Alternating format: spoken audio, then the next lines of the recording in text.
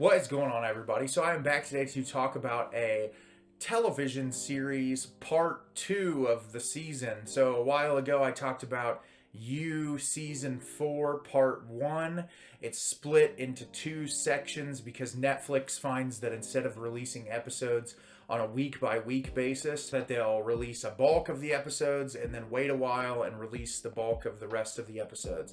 And if any of you listened to the previous video, I was not the biggest fan of part 1 of this season. I felt like it kind of abandoned everything that made You interesting in the first place, added in all these new characters that weren't really all that interesting, that I didn't really attach myself onto. So I didn't have a lot of hope for part 2 of this season, and I was actually pleasantly surprised by the second half of this season, and I'll get into it when I talk about it now. And I wanted to let you know, if you have not seen part 1 of this season of You, I'm gonna have to talk about spoilers a little bit to talk about the second part of the season. And yeah, so if you haven't seen it, wait to watch my review until you've watched the season, but let's get into it right now. So as we know, at the end of part 1 of season 4 of You, Joe is being kind of pulled around by Reese, who is running to be governor of London or whatever political position of power that he's trying to take over.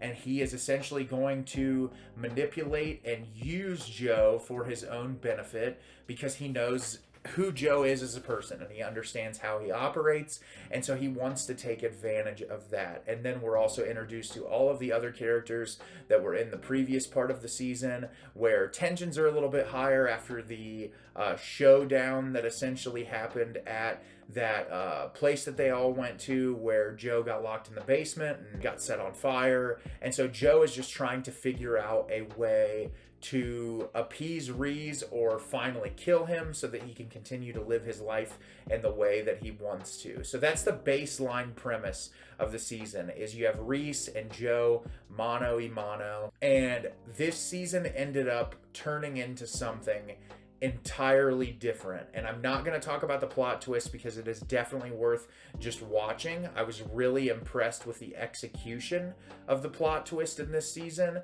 but when it happens, it shifts the entire dynamic of the show in a way that I felt like was really well handled.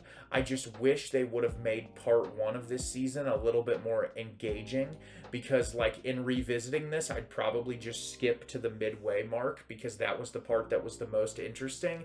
And this really took some twists and turns in the second half of the season that I commend the filmmakers for doing, because it got me back on the edge of my seat. It gets back into a lot of the things about You that we all really enjoy.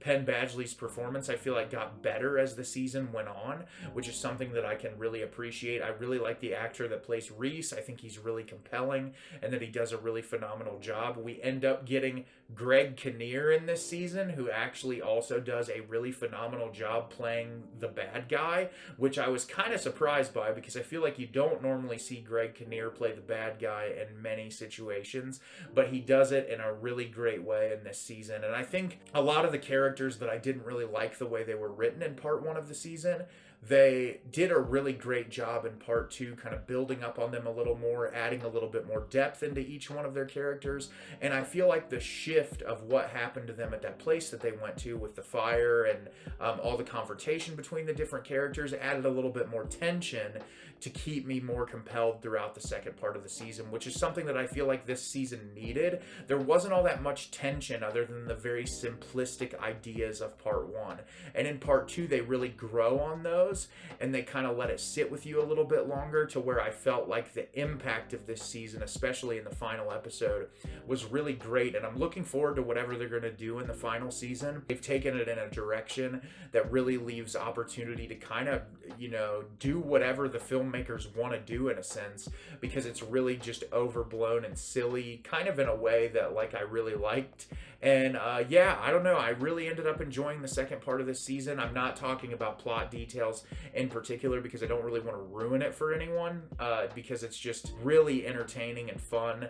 And yeah, this one, it got a lot better. The writing was better, the plot twists were better, and I'm really looking forward to see what the filmmakers do with the next season. I'm hoping that it'll be just like the second half of this season and have just as many twists and turns and crazy things, because that's the thing thing I enjoy the most about You. So have you seen You season 4 part 2? Did you love it? Did you hate it? Leave me a comment down below and let me know what you thought. I thought it was a lot of fun. It wasn't perfect. It wasn't the best season, but it was a lot better than part 1 of this season. As always, if you can like the video and subscribe to the channel, helps me out a lot and lets me know the type of content you're looking for. I'm always putting out new material and look forward to getting more out for you in the near future. And as always, everyone, thank you so much for watching and have a great rest of your day.